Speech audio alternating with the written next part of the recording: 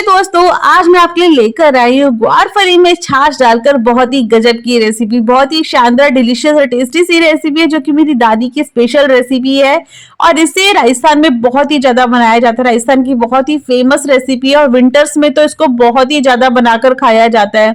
बहुत ही टेस्टी लगती है, जितना सुंदर इसका कलर है उतना ही स्वाद इसका बहुत बेहतरीन है। इसको बनाने के लिए मैंने यहाँ पर ग्वारफली ली है, जिसको मैंने एक सीटी आने तक उबाल लिया था। तो एक विसल आने तक ग्वारफली को मैंने यहाँ पर उबाला है। अब हमें करना क्या है कि इसको ठंडा करके, पहले मैंने ग्वारफली को वॉश कर लिया था, साबुत को ही, साबुत ग्वारफली लेनी है यहाँ पर। वॉश करके एक विसल आई है, तब तक मैंने इसको सीटी लगाई है और फिर कुकर की विसल मैंने निकाली नहीं है। अब क्या है, इसके साइड में जो एक तार होता है ना, रेशे लगे हुए होते हैं, इसकी ग्वारफली के साइड में रेशा होता है, तो उसको ऊपर से टॉपिंग निकालेंगे और हल्के हाथ से खींचोगे ना तो ये रेशा निकल जाएगा। नॉर्मली मैक्सिमम लोगों को क्या होता है कि इसका रेशा जो है ना वो मुंह में आता है तो वो इरिटेट करता है, तो इस तरह से आप निकालोगे तो रेशा बहुत आराम से निकल जाएगा और इसका स्वाद आप ले पाओगे। तो इस तरह से सारी ग्वारफली के रेशा ना इस तरह से हम निकाल कर रेडी कर लेंगे। बहुत ज्यादा टाइम नहीं लगता है, फटाफट से ये रेडी हो जाती है। तो इस तरह से इसका रेशा हम निकाल कर रेडी कर लेंगे सारी ग्वारफली को। बहुत ही टेस्टी और स्वादिष्ट सी ये रेसिपी बनकर रेडी होएगी। एक बार आपने इसका स्वाद ले लिया तो बार बार आप इसको बनाकर खाओगे। ये देसी घी के गरम गरम के फलके हो, लूखे फलके हो, चूल्हे पे बनी हुई रोटी हो, बाजरे की रोटी हो, भाई सबके साथ गजब की लगती है। तो इसके बाद में ना ग्वारफली के सारे रेशे निकालने के बाद इसको हाथ से हम मैश कर लेंगे। हाथ से मैश करने का मतलब है इसको थोड़ा सा और अच्छे से, आलू का मसाला बनाते हैं पराठे के लिए अपन हाथ से मैश करते हैं ना, बिल्कुल करेक्ट वैसे ही इसको मैश करना है। आलू के मसाले के अंदर छोटे छोटे आलू के टुकड़े भी रह जाते हैं, बिल्कुल वैसे ही इसमें भी ग्वारफली के छोटे छोटे पीसेस अगर रह जाते हैं तो कोई दिक्कत नहीं है। इसको हाथ से इस तरह से हम मैश कर लेंगे। बहुत ही बढ़िया और ये टेस्टी सी रेसिपी है। दादी नानी की बताई हुई रेसिपीज इतनी गजब की होती है भाई कि उनका स्वाद बेहतरीन होता है। तो पुराने जमाने की कुछ रेसिपीज इतनी स्वादिष्ट होती है कि उनका टेस्ट ऐसा होता है कि उंगलियां चाटते रह जाओ। तो करेक्ट वैसा ही इसका भी टेस्ट है। अब यहाँ पर एक कढ़ाई लेंगे और उसमें सारी ग्वारफली यहाँ पर ऐड कर देंगे। तो मैंने यहाँ पर जो ग्वारफली लिए उबालने के बाद में 2 से 2.5 कप अप्रॉक्स ये ग्वारफली है, आधा किलो से थोड़ी सी कम है। अब इसके अंदर हम ऐड करेंगे छाछ। तो यहाँ पर 2 से 2.5 कप करीबन ग्वारफली है, तो उसमें मैंने छाछ डाली है आधा किलो छाछ। आधा किलो छाछ, ये बहुत खट्टी छाछ नहीं थी मैंने जो यहाँ पर ऐड करी है। आप यहाँ पर दही भी ऐड कर सकते हो, पर पहले फेंट लीजिएगा अगर दही डालो तो। अब यहाँ पे डालेंगे आधी चम्मच हल्दी पाउडर, आधी चम्मच लाल मिर्ची पाउडर, आधी चम्मच धनिया पाउडर, चौथाई चम्मच डालेंगे भुना जीरा पाउडर, साथ में डालेंगे चौथाई चम्मच हींग। सभी चीजों को डालकर बढ़िया से छाछ और ग्वारफली के साथ में मिक्स कर लेंगे। बहुत ही टेस्टी सी रेसिपी बनकर रेडी होती है, शानदार लगती है खाने में। आप फलकों के साथ में खाओ, बाजरे की रोटी के साथ में खाओ, जैसी भी आपको अच्छी लगती है वैसे आप इसको एंजॉय कीजिए। अब एक कटोरी लेंगे और उसमें डालेंगे 4 से 5 चम्मच बेसन। नॉर्मली जो चम्मच होता है घर में जिससे चावल खाते हैं वही चम्मच मैंने यहाँ पर ली है। और अगर चमचा मीडियम साइज का चमचा है तो 1 चमचा भरकर हम बेसन लेंगे यहाँ पर, अगर चमचे के हिसाब से लेना चाहते हो। नहीं तो चम्मच का हिसाब मैंने आपको बता ही दिया है। और अगर कटोरी के हिसाब से ले रहे हो तो चौथाई कप से ऊपर यहाँ पर बेसन हमने लिया, आधी कप से थोड़ा सा कम। तो यहाँ पर हम इसके अंदर बेसन के अंदर थोड़ा थोड़ा पानी डालेंगे और बढ़िया से इसको मिक्स कर लेंगे। इससे क्या होगा ना कि इसमें लम्स नहीं बनेंगे और बहुत ही बढ़िया इसका टेस्ट आएगा। तो यहाँ पर देखिए इस तरह से क्या होता है ना, बेसन में गुठली बन जाती है ना, तो ये रेसिपी ठीक से बन नहीं पाती है। तो इसीलिए हमारे को पहले कटोरी में अच्छे से बेसन को इस तरह से फेंटना है। तो इससे क्या होगा, बिल्कुल भी इसमें लम्स नहीं बनेंगे और बहुत ही बढ़िया सी रेसिपी बनकर रेडी हो जाएगी। तो छोटे छोटे टिप्स है जिनको हम फॉलो करते हैं तो भाई बहुत ही अच्छा सा इसका टेस्ट आ जाता है। तो ये देखिए अच्छे से हमने इसको मिक्स कर लिया है, बिल्कुल भी लम्स इसमें नहीं है। अब इसमें डालेंगे पानी। तो मैंने ना इस टोटल बेसन के बैटर को बनाने में 1 कप करीबन पानी ऐड किया है। तो मिक्स कर लेंगे अच्छी तरीके से। देखिए मसाले ना आप अपनी इच्छा अनुसार कम ज्यादा कर सकते हो। अगर आप लोग तीखा ज्यादा खाते हो तो मसाले अपने हिसाब से इसमें थोड़े से और ज्यादा स्पाइसी कर सकते हो। तो सबके घर में अलग अलग टेस्ट होता है मसालों का, कोई बहुत ज्यादा तीखा खाता है, कोई कम मसाला खाता है। तो हमारे घर में ना बहुत ज्यादा तीखा नहीं खाते, मीडियम थोड़ा मसाला चाहिए सबको, तो मैंने उस हिसाब से डाला है यहाँ पर। ये थोड़ी सी हल्की खट्टी और थोड़ी सी स्पाइसी अच्छी लगती है। अब इसे मैंने डाला है 2 ग्लास करीबन पानी, मतलब छाछ और पानी मिक्स करके। तो 1.5 से 2 ग्लास मैंने पानी ऐड करा है उसी कटोरी के हिसाब से जिसमें मैंने बेसन ऐड किया था। तो अच्छे से मैंने यहाँ पर पानी डालने के बाद में मिक्स कर लिया और शुरू में इसकी कंसिस्टेंसी जो है ना वो थोड़ी सी पतली रखनी है। बढ़िया से इसको ग्वारफली और छाछ के साथ में मिक्स कर लेंगे एक बार। अब गैस को ऑन कर देंगे और गैस ऑन करने के बाद है ना इसको एक उबाल आने तक कंटिन्यूसली इस तरह से मिक्स करते हुए पकाना है, बीच में छोड़ना नहीं है।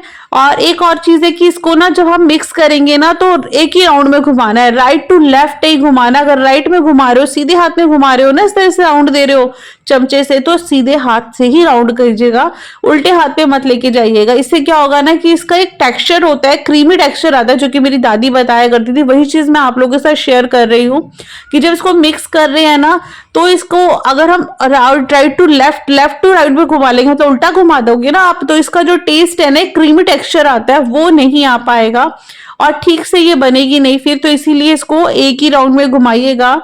गांव वगैरह में तो ना इसे चूल्हे पे बनाया जाता है और चूल्हे पे तो भाई इसका टेस्ट और भी गजब का आता है। हांडी में पकती है ये और बहुत ही शानदार इसका स्वाद आता है। तो अगर आपके पास चूल्हा अवेलेबल है ना तो आप चूल्हे पे भी बनाकर इसको ट्राई कीजिएगा, बहुत ही शानदार लगेगी। उंगलियां चाटने वाले उंगलियां चाटेंगे, कहेंगे वाह क्या टेस्ट है। आप भी कहोगे मैं कैसे बोल रही हूँ, लेकिन रियलिटी में इसका टेस्ट बहुत ही शानदार है। तो एक उबाल आने तक इसको पकाना है और देखिए बात करते करते ना दोस्तों इसमें उबाल भी आ गया है और देखिए कंसिस्टेंसी जो हमने पहले रखी थी उससे थोड़ी सी थिक हो गई है। तो इसीलिए मैंने आपसे कहा था बराबर इस तरह से मिक्स कीजिएगा, बीच में छोड़िएगा मत, अदरवाइज उसमें जो हमने छाछ डाली है तो छाछ अलग और पानी अलग हो जाएगा। तो इस चीज का बहुत ज्यादा हमें ध्यान रखना होता है। बराबर मिक्स करेंगे और ये देखिए उबाल आने लग गया है, इसके अंदर हल्का हल्का बुलबुले उठने लग गए हैं, साइड में व्हाइट व्हाइट झाग से इसमें आने लग गए हैं, जैसे उबाल आने के टाइम पर होता है। तो इस तरह से बहुत ही शानदार ये रेसिपी बनकर रेडी हो जाती है, बहुत ही बढ़िया लगती है। मुझे तो ये बहुत अच्छी लगती है, आप लोगों को कैसी लगी तो मुझे कमेंट करके बताइएगा। और अगर आप लोगों ने रेसिपी कभी ट्राई करी है तो वो भी मुझे कमेंट करके बताइएगा। तो यहाँ देखिए मिक्स करते करते यहाँ पे उबाल आने लग गया है, तो बीच में अब हम इसको रोक सकते हैं, आप चमचे से हिलाने की जरूरत नहीं है। अच्छे से बुलबुले आ गए तो गैस को रखेंगे मीडियम फ्लेम पर।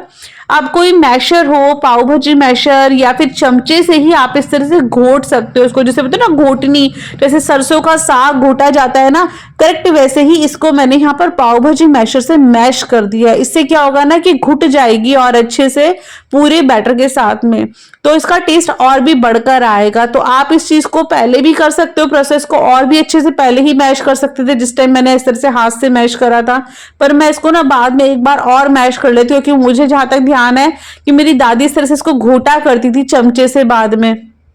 तो करेक्ट मैं वही चीज आज आप लोगों के साथ शेयर कर रही हूँ, क्योंकि जैसे मैंने कहा ना कि मैं दादी माँ के स्टाइल में इसको आज बना रही हूँ, उन्हीं की तरह से आज मैं आप लोगों के साथ ये रेसिपी शेयर कर रही हूँ। तो इस तरह से इसको घोटिएगा तो घोटने से इसका टेस्ट और भी अच्छा आएगा। तो बढ़िया से हम इसको इस तरह से, पाव भाजी मैशर ही इजिली अवेलेबल होता है हम लोगों के पास, तो मैं तो पाव भाजी मैशर से ही इसको घोट रही हूँ। आप चमचे से करना चाहो तो चमचे से भी बहुत आराम से घुट जाता है। रई या मधानी से नहीं करना जिससे दही फेंटते, वो नहीं यूज करना है। घोटने का मतलब है कि इसको और भी अच्छे से, मतलब और भी ना, मतलब जो पीसीज है इसके और छोटे कर लो, मतलब ये कह सकते हैं हम इसको। और इस तरह से जब छाछ और दही और इस बेसन के साथ में जब ये मिक्स होकर इस तरह से घुटेगी ना तो इसका टेस्ट और भी अच्छा आएगा। तो ये ध्यान रखिएगा, ग्वारफली में जो पानी है ना वो पहले ही निकाल लीजिएगा। पानी अगर पहले नहीं निकालोगे तो इसमें कसैलापन आ जाएगा, तो इस चीज का भी ध्यान रखिएगा। ग्वारफली का पानी पहले निकाल लीजिएगा। ग्वारफली में जो पानी है ना उसको, जिसको उबालेंगे, उस पानी को आप पौधों में डाल सकते हो, पौधों की गार्डनिंग बहुत अच्छी हो जाती है ग्वारफली के पानी से। तो यहाँ देखिए हमने इसको मैश कर लिया है। अब हम इसको एक बार और मिक्स करेंगे और एक स्पेशल चीज इसमें डालेंगे जो कि बहुत ही शानदार इसका टेस्ट देगी। तो सबसे पहले तो स्वादानुसार नमक डाल लेंगे। तो मैंने यहाँ पर डाला है 1.5 चम्मच भरकर नमक। नमक बाद में डालिएगा, पहले मत डालिएगा। नमक डाल के मिक्स करके उसको रख दिया है। अब डालनी है स्पेशल चीज और वो है लहसुन। ये बिल्कुल ऑप्शनल है, अगर आप लहसुन नहीं खाते हो तो स्किप कर सकते हो। मैं खाती भी हूँ और मुझे इसका टेस्ट बहुत अच्छा लगता है और विंटर्स में लहसुन बहुत फायदा भी करता है।